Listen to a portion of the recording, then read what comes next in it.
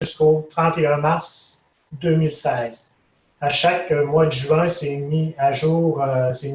Donc, au mois de juin, au prochain mois de juin 2018, on va avoir les données jusqu'au 31 mars 2017. Et le SISMAC, ça vise autant une approche par maladie que par aussi une approche intégrée à travers l'analyse de la multimorbidité. Donc, le SISMAC, l'avantage d'une banque administrative jumelée comme ça, et que ça utilise une source de données qui est déjà existante, donc il n'y a pas de coût supplémentaire pour avoir accès à ces données-là. C'est une couverture de l'ensemble de la population du Québec, vu qu'on a toutes les données de la Régie d'assurance maladie du Québec. On a pratiquement tous les Québécois, donc ceux qui sont inscrits à la Régie d'assurance maladie du Québec, donc pratiquement tout le monde. On a des données longitudinales, donc comme j'expliquais, depuis le 1er janvier 1996 jusqu'au 31 mars 2016, on peut suivre un individu pendant toute cette période-là. Donc, ça permet de suivre l'évolution de tous ces soins de santé qu'il a reçus. Et bien sûr, vu qu'on a les données comme ça dans une base administrative, ce n'est pas affecté par le biais de rappel. Les limites, on a peu d'informations cliniques et sur les habitudes de vie, comme par exemple, je pourrais dire le tabagisme, par exemple, si on voulait, vu qu'on étudie les maladies pulmonaires, on aimerait bien avoir des informations de ce type-là, mais on ne les a pas. Certaines variables non validées, donc vu que c'est un fichier administratif, on a des données comme par exemple le fichier des services médicaux rémunérés à l'acte. Le diagnostic qui est inscrit, c'est un diagnostic inscrit par le médecin, mais qui n'est pas révisé par un archiviste. Donc, le diagnostic qui est inscrit n'est pas nécessairement validé. Le médecin nous envoie un bordereau de paiement et il dit qu'il a vu, mettons, un patient X pour le diabète, mais c'est pas validé que cette personne-là a le diabète. Lui, il fait juste une réclamation pour ça. Donc, ça, c'est un exemple. Il n'y a aussi aucune information sur les autres professionnels que les médecins, comme par exemple les psychologues ou les travailleurs sociaux. Donc, si on a un graphique pour vous montrer qu'est-ce que précisément le système de surveillance de maladies chroniques du Québec, si on part dans le rond en bas à gauche, on a le fichier d'inscription des personnes assurées. Donc, dans ce fichier-là, qu'est-ce qu'on a? On a la date de naissance, la date de décès, le cas échéant, et on a aussi l'adresse de la personne. Donc, on peut retracer, on peut faire des statistiques régionales, par exemple, vu qu'on a l'adresse de cette personne-là. Puis, on a aussi des informations sur l'admissibilité et l'éligibilité de l'individu. Donc, pendant la période de 20 ans qu'on couvre, on peut savoir si la personne a quitté le Québec, par exemple, ou était plus éligible à la RAMQ selon une telle période ou pas. Si on monte un petit peu dans le sens horaire, toujours à gauche, on a les services médicaux. Ça, c'est le fichier des actes médicaux rémunérés à l'acte des médecins qui participent au régime d'assurance maladie du Québec. Donc, dans ce fichier-là, ce qu'on a, on a les bordereaux de paiement, donc on a la date à laquelle le service était rendu, le code de l'acte, le code de diagnostic. On a aussi le code masqué, donc on a un identifiant masqué du médecin. Donc, ça nous permet de suivre un médecin tout au long de la période et ça nous permet de suivre évidemment la relation entre le patient et le médecin tout au long de cette période-là. On a aussi la spécialité de ce médecin-là. On a aussi le type d'établissement dans lequel on n'a pas le numéro, on n'a pas l'identification de l'établissement en tant que tel, mais on sait que c'est, mettons, par exemple, une urgence, on peut savoir si c'est un GMF ou une clinique externe à l'hôpital, par exemple, donc ce genre de trucs-là. Par la suite, un autre fichier, si on va un peu plus haut, c'est les services pharmaceutiques. Donc ça, c'est restreint pour les gens de 65 ans et plus. Donc, c'est toutes les prescriptions pharmaceutiques. Donc, ce qu'on a là-dedans, on a la date où laquelle la prescription a été émise. On a par la suite les codes de médicaments. Ensuite de ça, on a la posologie. C'est tous les détails d'une prescription. Comme si, mettons, prenez un médicament une fois par jour pendant une semaine, on a cette information-là. Donc, ça fait partie de l'information qu'on a dans les services pharmaceutiques. Si on continue dans le sens horaire, le fichier des hospitalisations, aussi connu sous son acronyme MEDICO. Donc, ça, c'est l'ensemble des admissions hospitalières, donc tous les individus qui ont été admis à l'hôpital. Donc, c'est pas, juste pour vous donner un exemple. Si quelqu'un va à l'urgence, mais il n'est pas admis à l'hôpital, il ne sera pas dans ce fichier-là. C'est vraiment le fichier des admissions hospitalières. Ça inclut également les chirurgies électives. Donc, toutes les chirurgies d'un jour font partie de ce fichier-là. Donc, celui-là, c'est un fichier validé. Donc, tous les diagnostics, tous les services, toutes les consultations, les interventions qui ont été faites sont validées et revisées par des archivistes pour valider l'information. Cette information-là, on l'a pour l'ensemble de toutes les hospitalisations du Québec. Donc, comme je disais, on a aussi plein d'informations d'où le patient provenait, où il s'en va par la suite, tous les diagnostics qu'il a reçus, tous les services qu'il a visités, s'il est allé aux soins intensifs ou pas. Toutes les interventions qui ont été faites sur ce patient-là sont codées dans ce fichier-là. Et le fichier le dernier fichier, c'est le fichier des décès. Donc, ça, c'est le fichier qui recense toutes les causes de décès. L'exception qui confirme la règle ici, c'est qu'on vous a dit qu'on avait toutes les informations jusqu'au 31 mars 2016. Par contre, pour celui-là, on a l'information jusqu'au 31 décembre 2012. Donc, ce fichier-là nous permet de recenser, comme je vous dis, essentiellement les causes de décès. Dans 1996 et 2000, on avait une seule cause de décès inscrite au fichier, mais depuis le 1er janvier 2000, on a la cause principale ainsi qu'une possibilité jusqu'à 10 causes secondaires de décès. Ce qui est au centre, c'est que tous ces 5 fichiers-là sont identifiés, sont reliés par un identifiant unique, qui est le numéro d'assurance maladie du Québec. Ce jumelage-là est fait à la Régie d'assurance maladie du Québec. Par la suite, eux, ils masquent l'identifiant et le font parvenir à l'INSPQ. Donc, qu'est-ce qu'on fait avec ça? Nous, donc, à partir de la source de données, que vous voyez ici en haut du graphique, on fait certaines boîtes. On étudie plusieurs maladies chroniques, mais séparément et ensemble. Comme par exemple, l'ostéoporose, le diabète, et celui qui vous intéresse plus ici dans notre cas, c'est l'ensemble des troubles mentaux. Et on étudie aussi également les maladies respiratoires, l'Alzheimer, les maladies cardiovasculaires, les maladies ostéo-articulaires. Et le fardeau global, ça, c'est l'ensemble des maladies mises ensemble, donc l'étude de la multimorbidité. Donc, à travers ces boîtes-là, nous, on produit différents résultats sous la forme, si on prend la flèche à gauche, on produit des résultats, par exemple, de prévalence, d'incidence, d'utilisation des soins de santé, de mortalité. On produit ces indicateurs-là et on les met accessibles par le site web de l'Infocentre de santé publique. Et du côté à droite, ce qu'on fait aussi, c'est qu'on publie des rapports INSPQ, qui sont souvent des rapports descriptifs, comme par exemple, quelle était la prévalence de la maladie depuis l'an 2000, l'évolution de la maladie chez les hommes, chez les femmes, par région, quelle était l'incidence, est-ce qu'il y a un excès de mortalité dans cette maladie-là, ou quels sont les services utilisés par les gens qui sont atteints de la maladie. Donc, ça, c'est les rapports INSPQ, et aussi pour les gens qui veulent creuser encore plus un sujet particulier, on peut on peut faire des articles scientifiques également. Donc, la surveillance des troubles mentaux, là, on vous a présenté le SISMAC de façon globale. Là, ici, on va vous présenter un petit peu plus de façon particulière la surveillance des troubles mentaux en tant que tels. Donc, nous, ce qu'on a, les maladies qu'on étudie présentement dans la boîte-là, on étudie l'ensemble des troubles mentaux, donc tout ce qui est codé dans les troubles mentaux, dans les fichiers que je vous ai présentés tout à l'heure, et aussi, de façon plus particulière, parmi l'ensemble des troubles mentaux, on étudie séparément les troubles anxio-dépressifs, les troubles schizophréniques, les troubles du déficit de l'attention, le TDAH, les troubles du spectre de l'autisme, les troubles de la personnalité et les troubles liés aux substances. Ça, présentement, notre rapport est en cours de rédaction. Donc, c'est toutes les maladies qu'on a regardées de façon plus particulière à ce moment-ci, dans les troubles mentaux. Les issues étudiées, comme je vous ai un petit peu présenté tout à l'heure, on a la prévalence, il y a annuel ou cumulé, ça c'est qu'est-ce qu'on veut dire par là. C'est la prévalence annuelle, c'est la prévalence traitée, comme par exemple un trouble anxio-dépressif enregistré pour l'année 2004-2005.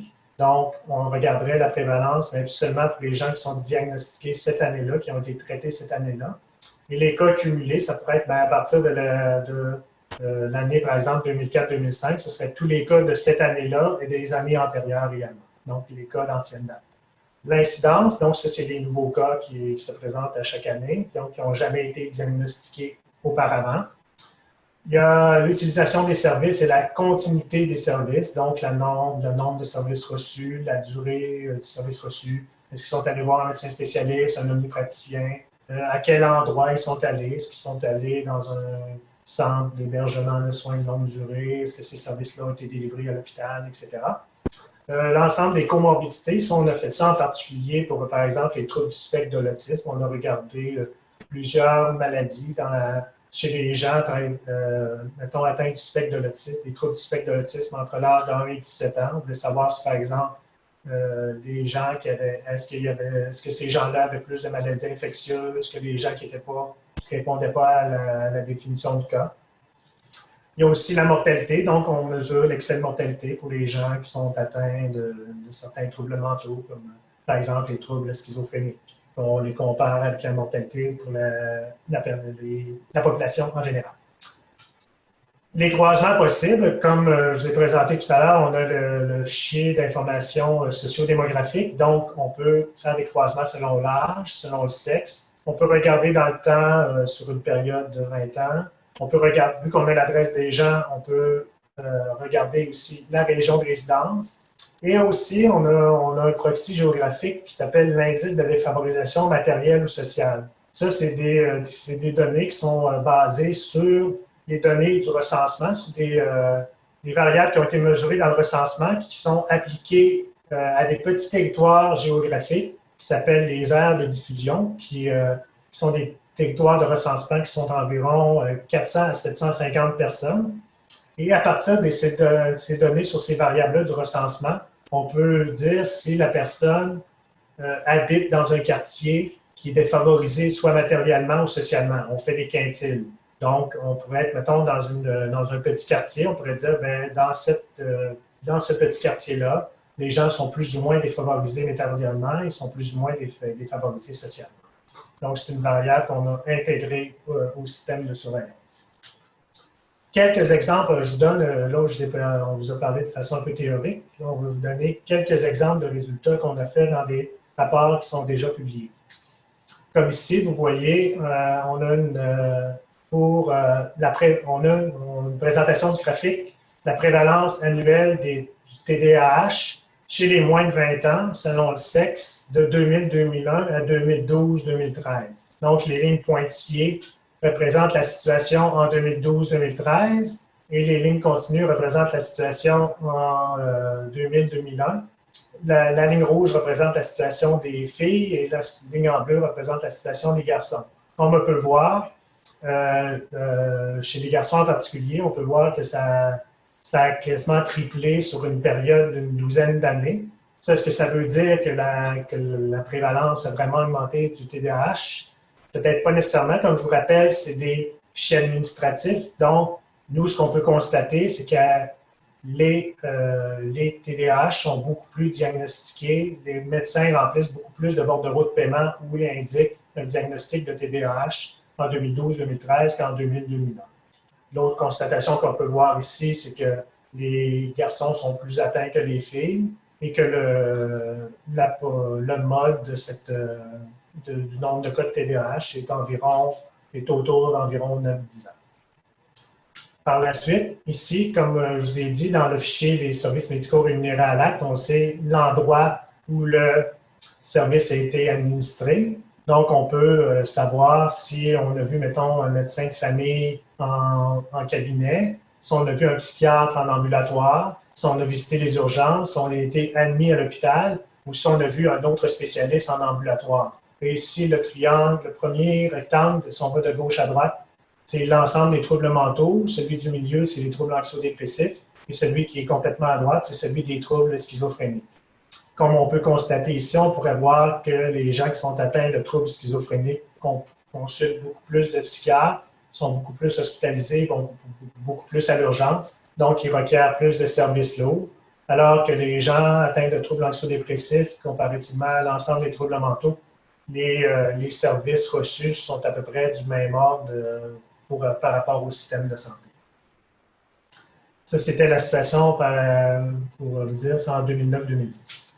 Ici, ce qu'on a fait, c'est qu'à partir, le graphique précédent, c'était l'ensemble des services reçus chez les gens par individu.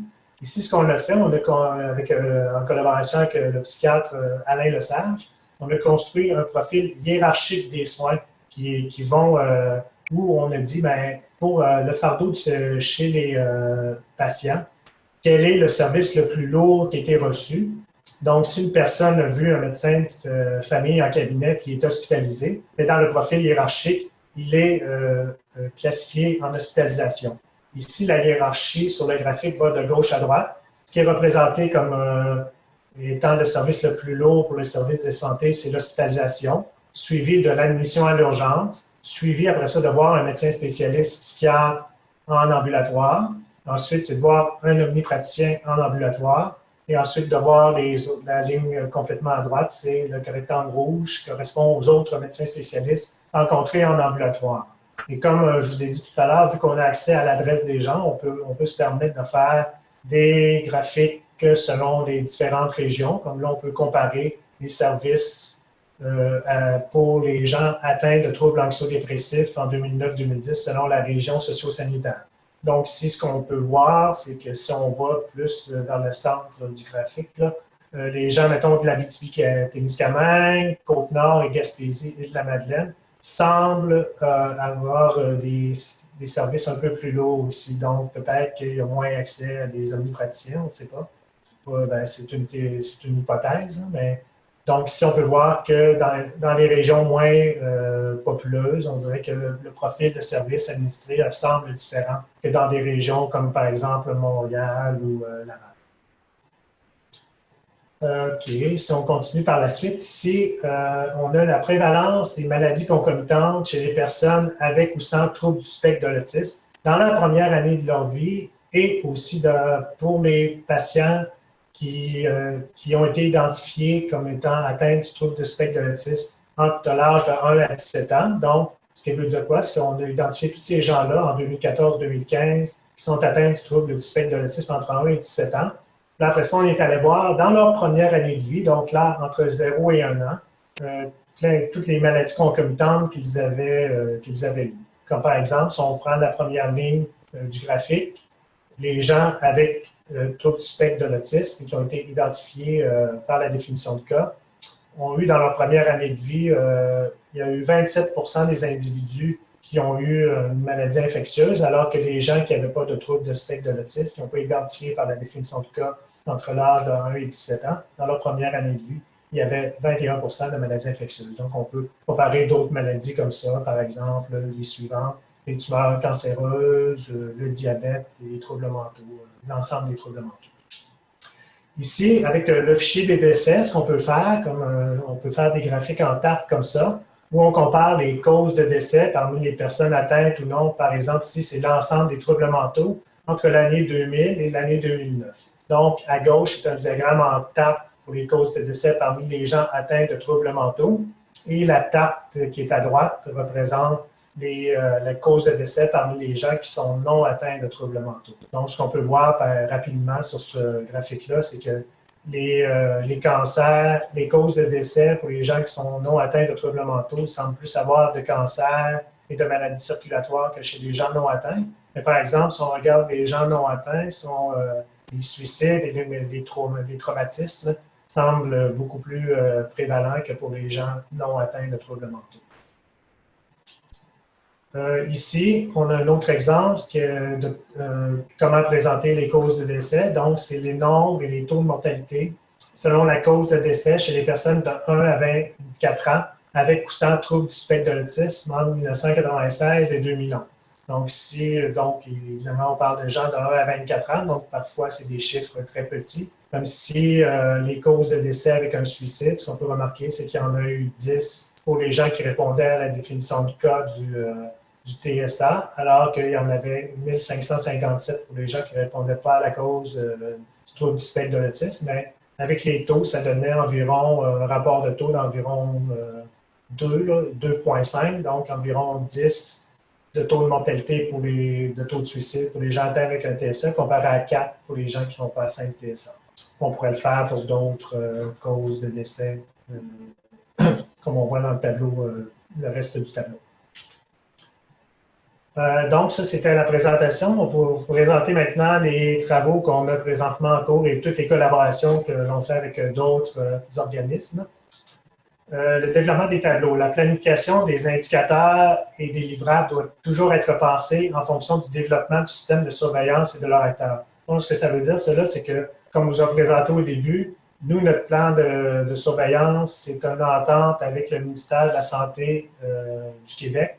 Donc, tout ça doit s'inscrire en fonction du développement du système de surveillance. Donc, ce doit être les recherches qui sont faites avec cette banque de données-là doivent être pour des fins de surveillance. L'analyse des soins et services est réalisée aussi dans une perspective de déterminant de l'état de santé du patient. Donc, c'est encore une fois l'encadrement. Donc, tout doit être... cette banque-là a été jumelée, mais elle nous a été... on nous permet de l'analyser selon certaines conditions qui sont nommées ici. Donc, pour la partie des troubles mentaux, le responsable scientifique, celui qui chapeaute les travaux à l'INSPQ, c'est un psychiatre qui travaille à Montréal, à l'hôpital Hochelaga-Maisonneuve, qui est Alain Lesage, à l'Institut universitaire de santé mentale de Montréal, je devrais dire. Tous les nouveaux sujets sont traités en collaboration avec des psychiatres spécialisés, des groupes experts du domaine ou encore des centres de recherche. Par exemple, on a travaillé avec un médecin, un psychiatre des Laurentides, M. Lionel Caillol, pour développer la surveillance des troubles de personnalité limite. Aussi, on peut avoir des étudiants stagiaires ici qui peuvent venir ici dans nos locaux et faire leurs travaux de maîtrise ou de doctorat à partir de la banque ici de surveillance des maladies chroniques. Les collaborations en cours. Donc, on a plusieurs participations avec l'Agence de santé publique du Canada. Ce qu'on fait, nous, c'est qu'on transmet des données, à partir des données de surveillance du Québec, on transmet des données colligées, donc des données en tableau ou groupées par âge et sexe sur différentes maladies chroniques pour faire un rapport de surveillance canadien sur la surveillance, sur les troubles mentaux et l'ensemble des maladies chroniques. Il y a aussi un autre projet qui s'appelle Canada Crazy for Our Children and Youth Mental Health, qui est un projet de partage entre 4 provinces du Canada, l'Ontario, la Nouvelle-Écosse et le Manitoba, qui ont partagé nos données sur les TDAH et les troubles anxio-dépressifs chez les enfants et les adolescents pour pouvoir les comparer et faire des graphiques d'incidence, de prévalence et d'utilisation des soins dans ces 4 provinces-là. Et il y a aussi un autre projet qui est la participation et la mise en œuvre du système des troubles du spectre autistique au Canada. Donc, encore une fois, on transmet à l'Agence de santé publique du Canada des données, des données colligées, agrégées sur les troubles du spectre de l'autisme et aussi des données en fonction des comorbidités qui permettent à l'agence de faire des comparaisons interprovinciales. On a aussi une autre collaboration avec le Centre d'excellence sur l'électroconvulsivothérapie au Québec, donc mieux connu sur les traitements par électrochoc. Donc, c'est une collaboration. On a déjà publié un rapport INSPQ là-dessus. Et on est présentement en train de rédiger un article scientifique sur ce sujet-là, sur la surveillance de l'électroconvulsivothérapie au Québec. On a aussi, en passant, c'est pour les gens de 18 ans et plus. La très grande majorité des ECT sont administrés aux gens de 18 ans et plus. On a aussi une plateforme d'analyse des services sur le suicide. Donc, on a une entente avec le Réseau québécois de recherche sur le suicide, de troubles de l'humeur et des troubles associés pour pouvoir partager, encore une fois, des données avec ce réseau-là. Alors, voilà, je suis ouvert à vos questions si vous en avez. Merci beaucoup, Louis, pour la présentation. C'était définitivement très intéressant. Puis je pense qu'il y a beaucoup de questions. Donc, Comme il y en a plusieurs, je vais y aller dans l'ordre. Tu vas voir, il y a des questions qui sont peut-être plus générales et d'autres plus précises. Mais on va commencer avec la question de Mark Andrew Stephen qui nous demande, est-ce que les données des services médicaux incluent aussi ceux des médecins salariés, donc des médecins qui ne seraient pas payés à l'acte? Non, c'est seulement pour les médecins rémunérés à l'acte. Ce qui est fait environ, c'est la dernière fois qu'on a vérifié, c'était environ 79% de l'ensemble des montants délivrés par la RAMQ qui sont délivrés à l'acte. Et il y a environ 96% des médecins au Québec qui ont facturé au moins une fois à l'acte au cours d'une année. OK, merci beaucoup. Kadika nous demande, est-ce qu'il y a eu des jumelages de données entre le SISMAC et d'autres cohortes existantes qui nous permettraient d'avoir accès à d'autres données cliniques et des données sur les habitudes de vie? Pour l'instant, je crois que non. Mais il faudrait que je me renseigne parce qu'il y a des gens ici qui travaillent sur la multimorbidité. Je ne sais pas s'ils ont fait certains croisements avec des données extérieures. Je sais par contre que on a déjà fait des agrégations avec des données colligées, comme par exemple, nous, on produisait des données par code postaux et on laissait avec des banques de contamination environnementale, ce qui a permis de faire un projet sur l'incidence des maladies cardiovasculaires selon que les gens étaient près d'un espace vert ou pas sur le territoire de l'île de Montréal, par exemple. Mais je crois que des croisements avec des données de sondage ou des données cliniques, je ne crois pas qu'il y en ait eu. Sauf, oui, c'est que il y a juste une fois qu'on a fait, ce que je pense, c'est depuis 2010. Là. Alors là, je viens de me rappeler qu'on a fait, à un moment donné, une étude de validation de la définition de cas du diabète, parce que comme je vous ai expliqué tout à l'heure, les fichiers des services médicaux ne sont pas nécessairement validés. Donc, ce qu'on fait, c'est que nous, on fait des définitions de cas à partir des données administratives qu'on a. Comme par exemple, pour le diabète, c'est avoir reçu 2 actes médicaux à l'intérieur d'une période de 2 ans.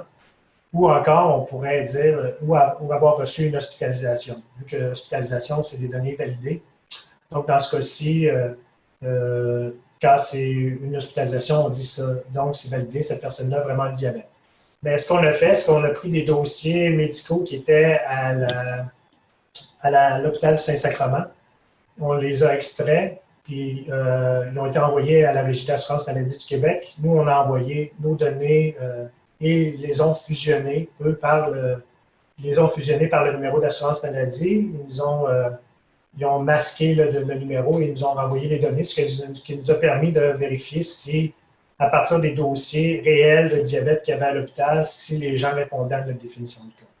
Mais je pense que la question de la personne était plus, est-ce qu'on a pris des données cliniques qui étaient ailleurs, dans des hôpitaux ou ailleurs, pour les fusionner au système? Ça, je ne crois pas qu'on ait fait ça. Parfait. Merci. Une autre question de Matthew Minier. À quel point les algorithmes utilisés pour identifier les troubles mentaux sont-ils similaires à ceux utilisés par d'autres organismes canadiens? Matthew dit comme par exemple l'ICES, donc j'imagine qu'il fait référence c'est le Institute for Clinical Evaluative Science, à moins que ce soit l'ICIS, qui est l'Institut canadien d'information sur la santé. C'est l'ICES, c'est celui de Toronto. Donc, dans la collaboration pan-canadienne avec l'Agence de santé publique du Canada, l'organisme qui contribue à fournir des données pour l'Ontario, c'est l'ICES, c'est l'Institute for Clinical Evaluation Services. Donc leurs données qui ont à l'ICES sont sous le même format, sont similaires à ceux qu'on a à l'INSPQ. Et la question était... Par rapport aux algorithmes, en fait, pour identifier... Oui, ils utilisent les mêmes algorithmes que nous. OK. Oui, parce qu'il y a beaucoup... Il faut dire aussi que pour valider des définitions de cas, comme on a fait, nous, avec le diabète, on a utilisé beaucoup de ce qui s'était fait ailleurs au Canada aussi pour l'appliquer. Et la grande majorité des validations de cas, mais surtout pour le cas particulier des troubles mentaux, ont été faits par ICES, justement, par une personne qui s'appelle Karen Tu, qui a fait ça à partir des EMR, Electronic Medical Records. Donc, il y a certains médecins de famille qui participent à un réseau en Ontario de dossiers médicaux électroniques. Donc, ils ont pu jumeler, ils ont pu obtenir ces données-là et les jumeler avec leurs données de système de surveillance pour pouvoir valider la définition de cas. Super, merci. Une autre question qui nous vient de Mathieu. Il demande, on en a parlé tout à l'heure là, des troubles liés à l'utilisation de substances, donc alcool, drogue. Est-ce que dans l'état actuel des données du SISMAC, ce serait possible d'identifier des personnes avec ces troubles liés à l'utilisation de substances? Oui, mais présentement, on a un chercheur, Christophe Wynne, qui travaille aux travaux sur les troubles d'utilisation de substances. Il est en train de bâtir des indicateurs d'intoxication et d'abus d'alcool, de drogue et de troubles induits par les drogues aussi, de troubles induits par l'alcool. Il va présenter des indicateurs de prévalence, d'incidence et d'utilisation de services pour les gens qui sont atteints de ces maladies-là et le rapport va sortir en 2018. Super, merci.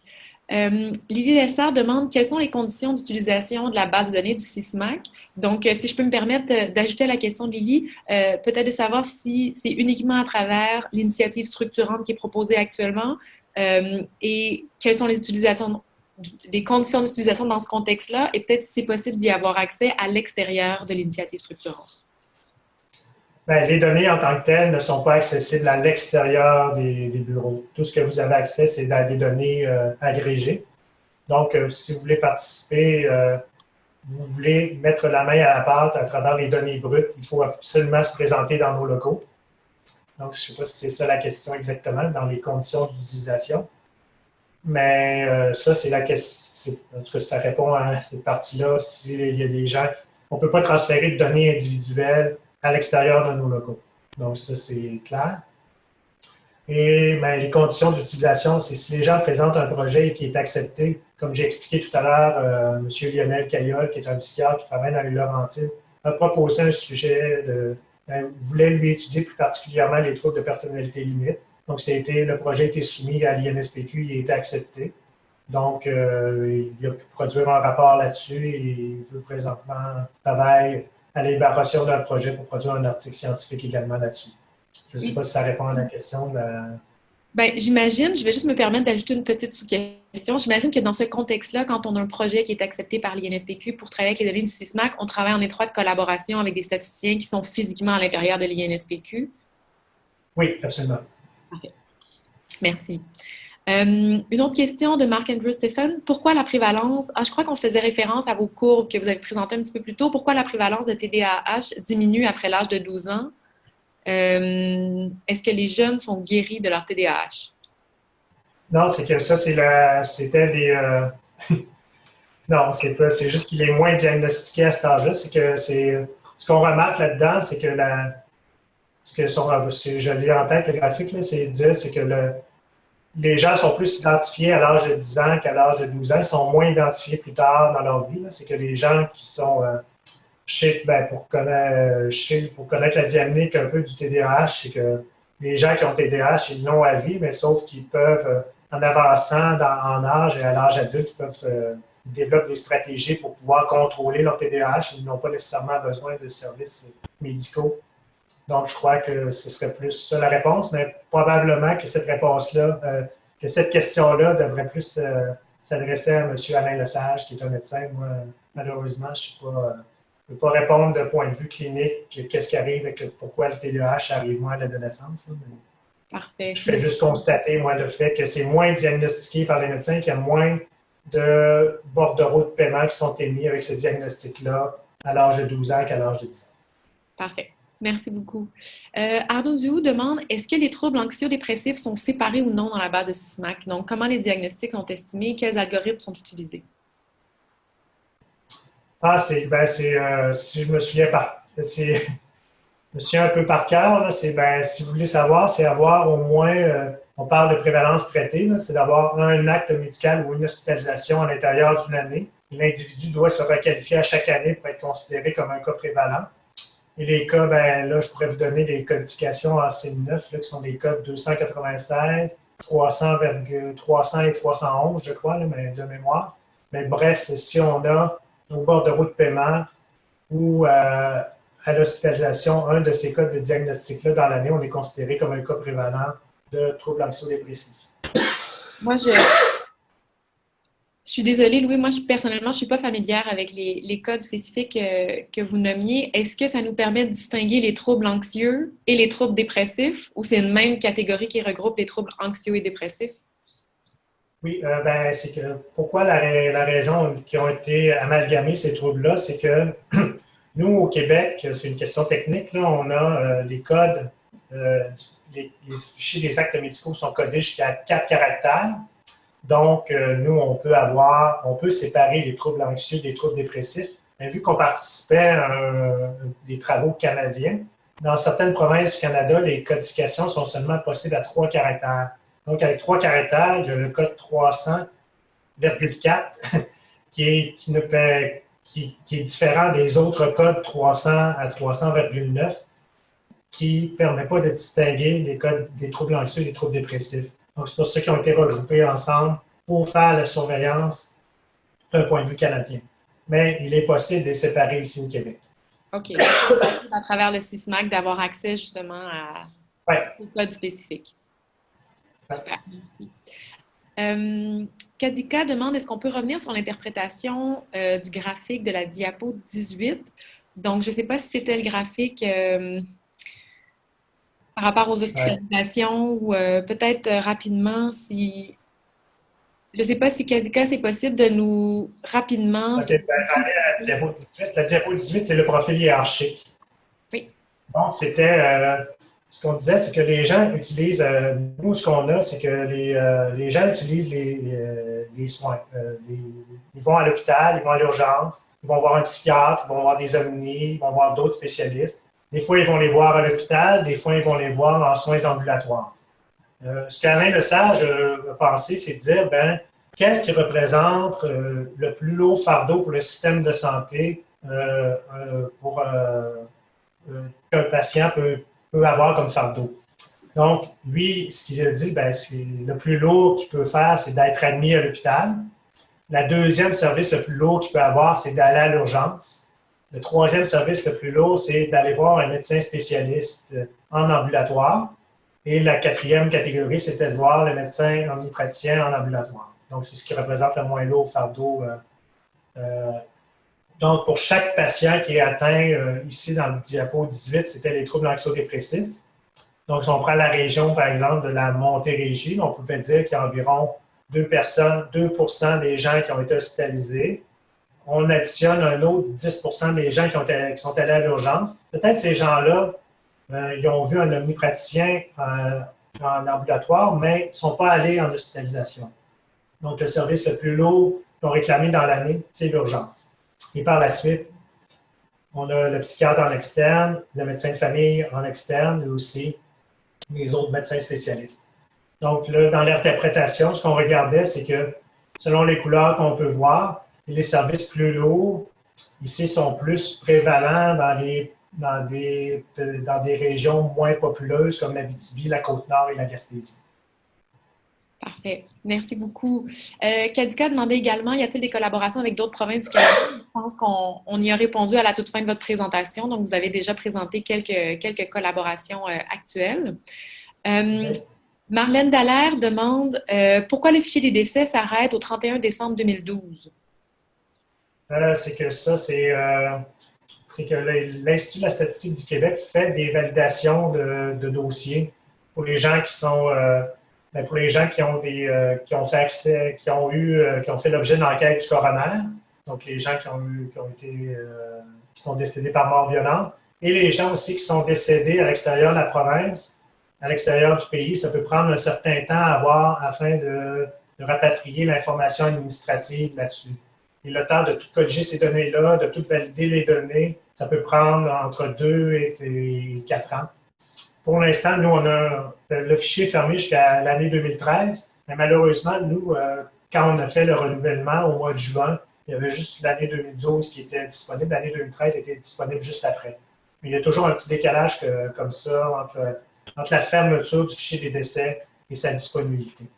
Je sais que pour compléter la réponse, là, il y a un fichier provisoire jusqu'au 31 décembre 2015 qui est disponible à l'Institut de la statistique du Québec, mais c'est des informations qui sont encore une fois, amalgamés, là, juste on peut avoir le nombre de décès par âge et sexe. Mais les fichiers individuels validés sont il y a un retard de 2-3 ans actuellement. Parfait. Merci. Nathalie Auger demande, dans vos données de Médéco, avez-vous le numéro de dossier d'hospitalisation de la mère sur l'admission du nouveau-né? Ça permet de lier le dossier de la mère avec celui de son nouveau-né. Oui. Donc, voilà. C'est bien une réponse courte. Ça va nous permettre d'enchaîner sur une autre question, à moins que vous ayez un autre commentaire, Louis, à ce sujet-là. Non, mais on a le dossier, on a le numéro de dossier de la mère, on peut faire le lien comme Mme Auger a mentionné. Super. Mathieu Ménéard demandait, mais on a abordé cette question-là tout à l'heure, quelles sont les modalités pour avoir accès aux données? Est-ce que les données seront transférées à nous? Est-ce qu'on se rend sur place à l'INSPQ? Donc, je pense qu'on a dit que les données restaient à l'intérieur de l'INSPQ. Est-ce qu'une personne extérieure dont le projet est approuvé pourrait aller travailler à l'intérieur de l'INSPQ sur les données? Oui. Oui, à l'intérieur des locaux, oui, c'est permis de travailler sur les données individuelles. Parfait. Mais aussi, nous, on peut transférer des données, nous, avec les chercheurs, comme par exemple, je donne encore l'exemple de Lionel Caillol. Il nous a demandé, par exemple, la prévalence par année, par des groupes d'âge spécifiques. Alors, moi, j'ai pu lui faire ça dans un fichier Excel et lui envoyer tout ça. Donc, lui avait accès à ces données-là. Est-ce que vous parlez de données brutes ou vous parlez de données préanalysées? Ou... Des données préanalysées, des données agrégées. Mais des données, par exemple, qui pourraient permettre de faire le graphique 18, si on pourrait envoyer les résultats aux gens qui, eux, pourraient faire leur graphique, par exemple. Mais nous, on peut transmettre des données agrégées, mais on ne peut pas transmettre des données individuelles. Parfait. Merci. Marlène Dallaire demande, est-ce que l'indice Pampalon pour vos croisements a été mis à jour avec les données du recensement de 2016? C'est une très bonne question. Je pourrais vérifier, mais je sais qu'il y a des gens ici qui travaillent là-dessus. Et selon ma mémoire, je ne crois pas que pour 2016 c'était fait. C'était fait pour 2011, je crois. Mais actuellement, il y a des gens dans mon équipe ici qui travaillent là-dessus et qui mettent à jour ça. Je peux toujours vérifier et répondre à... Je ne sais pas s'il y a possibilité de répondre par la suite, là, mais je sais que c'est mis à jour régulièrement, mais je ne suis pas sûr que c'est complété pour 2016 présentement. Parfait. Merci beaucoup.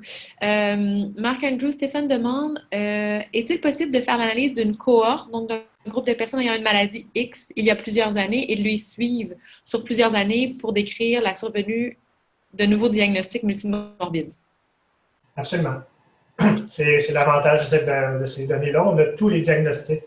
C'est qu'une fois que, comme tantôt on disait, la boîte diabète, la boîte trouble mental, trouble anxio-dépressif, par exemple, une fois qu'on a cette personne-là, on la suit dans le temps pour tous les autres diagnostics qu'elle a eus avant d'être coïncident et après, pendant la période de 20 ans. Donc, on a tous les diagnostics de cette personne-là.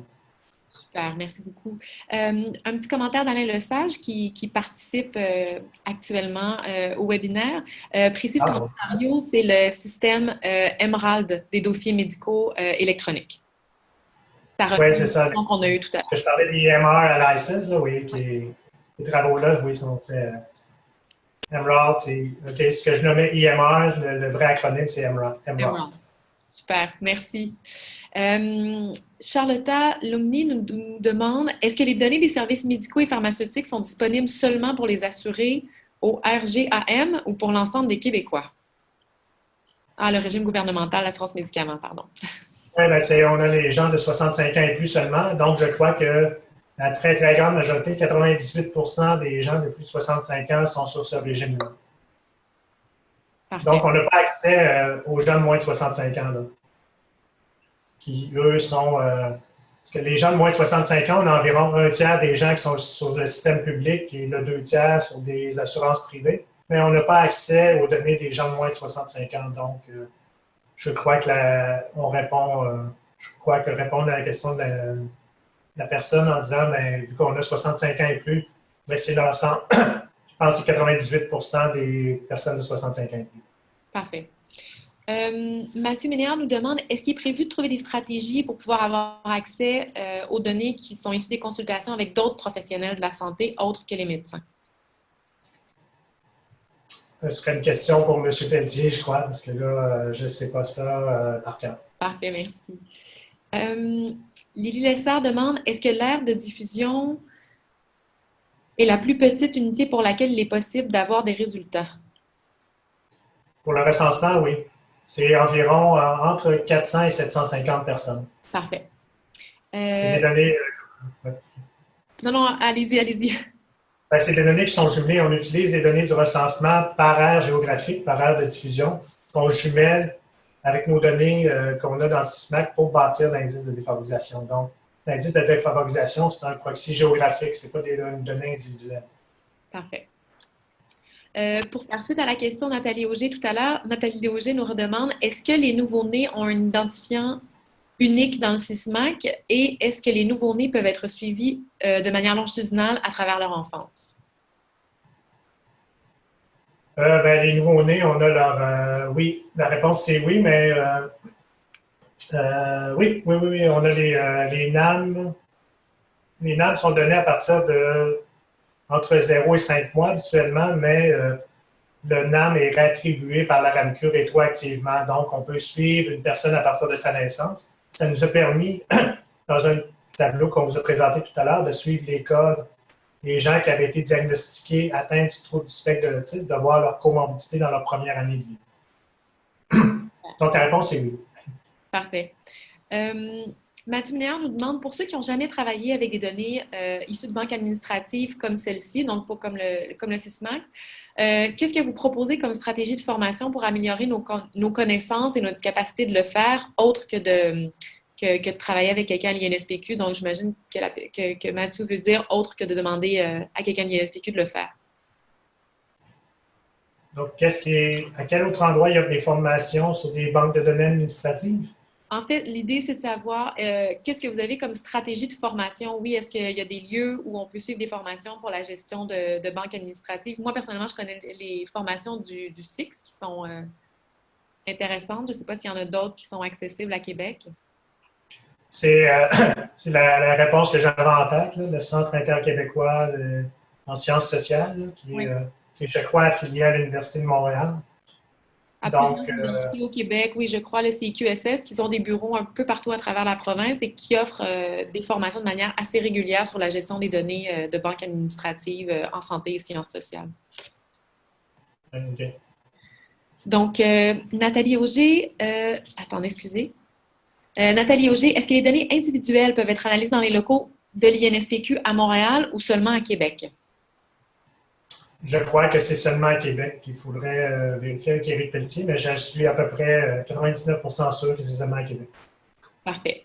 Paquito Bernard nous demande, peut-on s'attendre à ce que dans le futur, il y ait un jumelage avec des données à propos des habitudes de vie, donc sommeil, activité physique, consommation de cannabis, tabac ou autre? Je sais qu'il y a déjà des gens ici qui ont évoqué l'idée de jumeler des données de sondage, des enquêtes sur de l'Institut de la statistique du Québec, des enquêtes de Statistique Canada, de les jumeler avec les données du SISMAC. Mais ça a toujours été des projets. Il n'y a jamais, je ne crois pas que ça a été jumelé à quelque chose de concret. Parfait, merci. Je vais juste sauter un petit commentaire d'Alain Lesage qui nous disait, pour la formation, débuter par une lecture des rapports et des articles déjà publiés, donc à partir des données là, de banques de données administratives. C'est effectivement une stratégie certainement fort utile pour s'y retrouver dans l'analyse de ce type de données-là. Mm-hmm. Donc, on avait une autre question de Carlotta Lumni. Est-ce que cela serait possible de bâtir une cohorte à partir de l'usage d'une classe de médicaments et d'analyser les diagnostics reçus autour de cette date? Oui, parce que dans le fichier des prescriptions médicamenteuses des 65 ans et plus, on a les classes de médicaments. Parfait. On a les classes AHS, c'est ce qu'elle demande, mais on a aussi tous les cas de DIN, Drug International Number, donc c'est possible de faire des classes de médicaments. Super. Marc-Andrew Stéphane demande, est-ce que le SISMAC permet de décrire des problèmes d'accès inéquitable aux services de santé liés à des facteurs socio-économiques?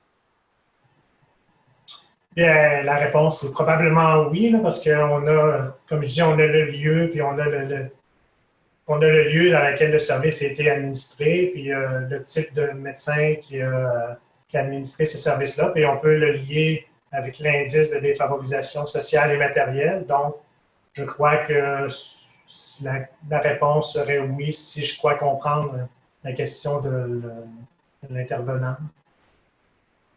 Super. Merci. Peut-être qu'on pourra offrir la possibilité aux gens de vous écrire un petit courriel directement suite à la conférence s'ils ont des questions très précises, si vous acceptez. D'accord.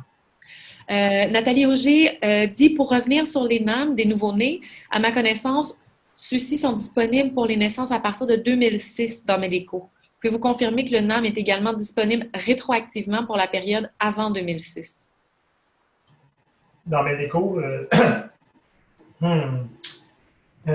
faudrait que je vérifie, là. Je ne sais pas par cœur.